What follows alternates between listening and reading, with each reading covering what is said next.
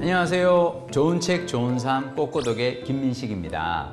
좋은 삶이란 무엇일까요?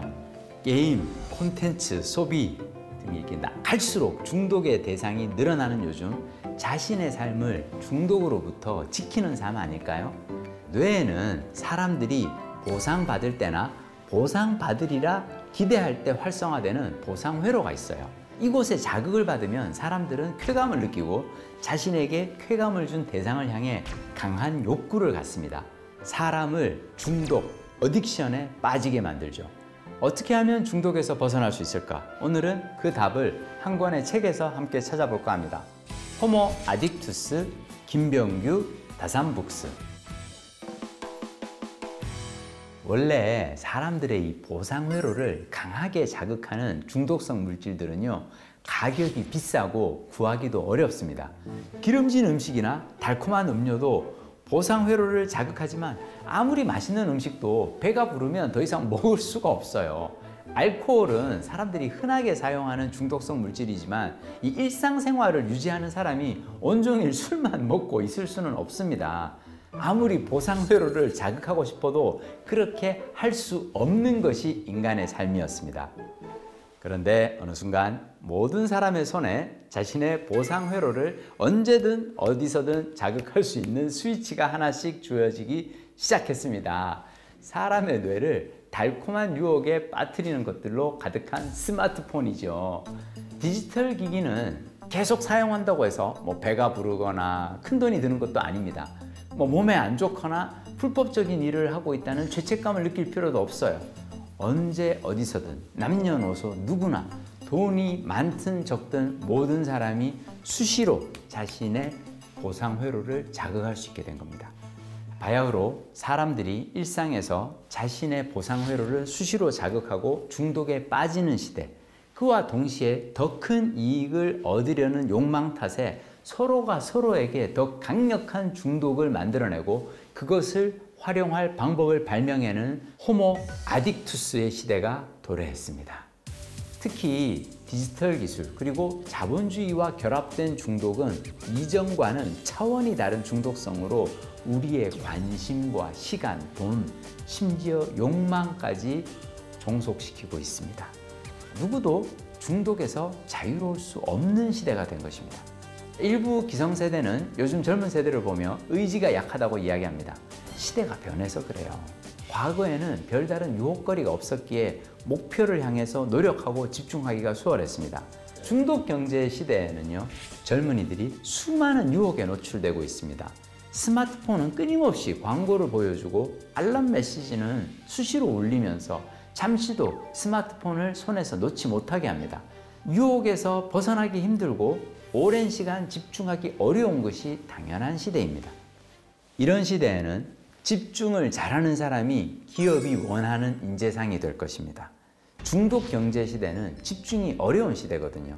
집중이 어려우면 당연히 자신의 계획을 실행하거나 원하는 목표를 달성하기가 어렵습니다.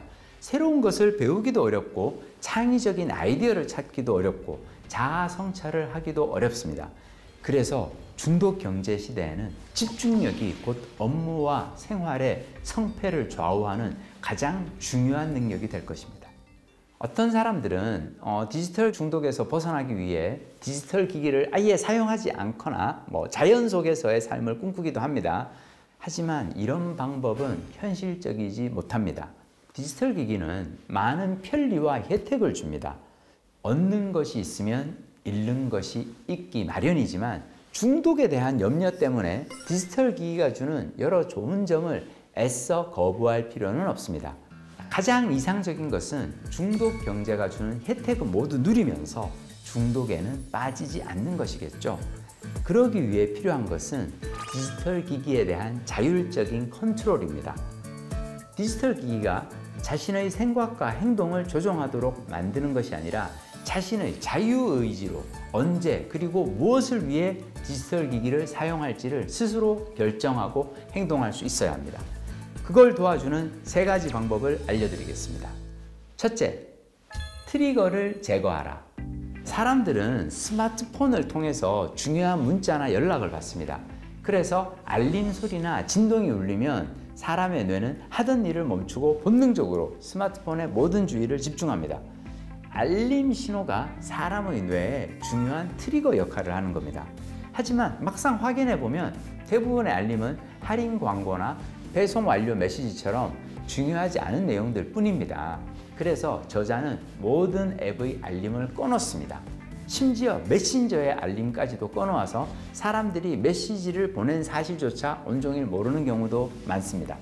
하지만 메시지를 제때 확인하지 않아서 생기는 손실보다 온전히 집중할 때 생기는 이득이 더 크기에 기꺼이 알림을 꺼놓은 채 생활합니다.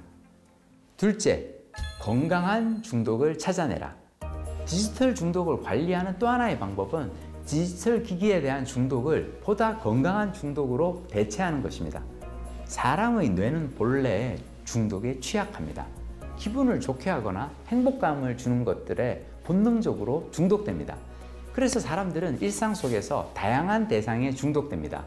달콤한 디저트에 중독되고 술에 중독되고 사랑하는 사람에게도 중독됩니다. 중독 자체를 피하기 어렵다면 중독의 대상을 신중하게 결정하는 것이 중독 경제 시대를 살아가는 방법입니다.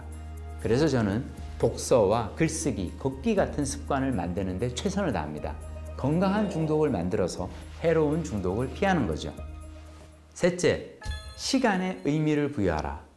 사람들이 디지털 기기에 쉽게 중독되는 이유 가운데 하나는 자신에게 주어진 시간에 목적을 두지 않기 때문입니다. 목적이 없는 시간이란 주어진 기간 동안 반드시 끝내야 할 임무가 없는 시간을 말합니다. 이런 시간이 주어지면 사람들은 본능적으로 즐거움을 찾습니다. 이때 손쉬운 방법을 찾다 보니 스마트폰 앱에 쉽게 중독됩니다. 사람은 언제 죽을지 모릅니다. 오늘 내게 주어진 시간이 내 삶의 마지막 시간이 될 수도 있어요. 그렇게 생각하면 시간을 낭비하고 싶은 마음이 사라집니다. 스마트폰을 들고 뉴스를 보거나 동영상을 보면서 시간을 보내기보다는 책을 쓰거나 운동을 하거나 여행을 다니고 싶어져요. 호모 아딕투스의 시대, 중독 경제의 시대, 나를 어떻게 지킬 것인가에 대해 슬기로운 고민을 하며 살아야 할 것 같습니다. 꼬리에 꼬리를 무는 독서, 꼬꼬독 꼬꼬독. 다음 시간에 뵙겠습니다. 고맙습니다.